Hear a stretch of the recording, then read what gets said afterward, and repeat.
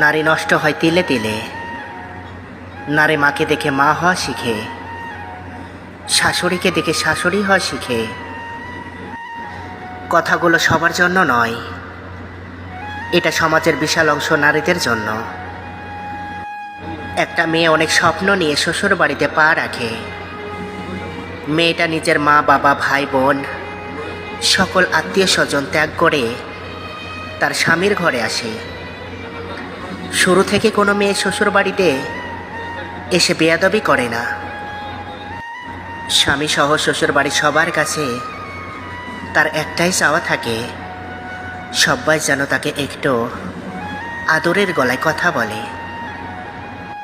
তার ছোট্ট ছোট্ট চেষ্টাগুলোকে অ্যাকসেপ্ট করে। আর এই আশায় সে নিজেকে উজাড় করে সকলের জন্য খাবার বানায়, ঘর সাজায়। উৎসব পালনে নিজের পরিবার ছেড়ে তাদের সাথে সময় কাটায়। একটা সময় তাদের বংশধর দিতে এমনকি নিজের জীবনটাকেও বাজিয়ে রাখে। নিজের নিজস্ব পরিবেশ ছেড়ে মেয়েটা একটা নতুন পরিবেশ, নতুন পরিবারে আসে, খাপ খাওয়ার চেষ্টা করে। কিন্তু ছেলের পরিবার মেয়েটার এই চেষ্টাকে মূল্য দিতে জানে না।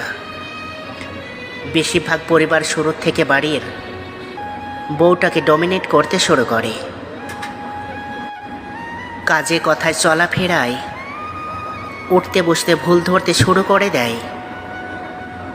কিছু হলে মেয়েটার বাড়ির লোক তুলে কথা বলে, অসম্মান করে। একদিন, 2 দিন, 3 দিন মেয়েটা ভাবে হয়তো তারই ভুল। কিন্তু ধীরে ধীরে সেই মেয়েটাও বুঝে যায় আসলে তার ভুল থাকুক বা না থাকুক, তাকে দাবিয়ে রাখার কৌশল এটা।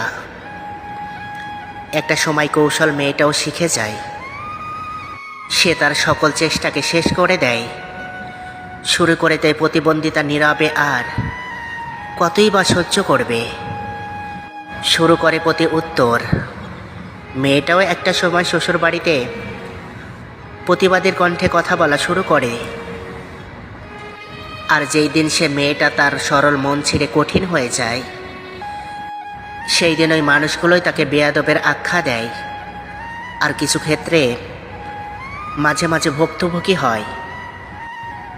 ওই দিন ওই পরিবারের ছেলে, সে না পারে পরিবারকে ভুল বলতে, না পারে নিজের স্ত্রীর ভুল ধরতে।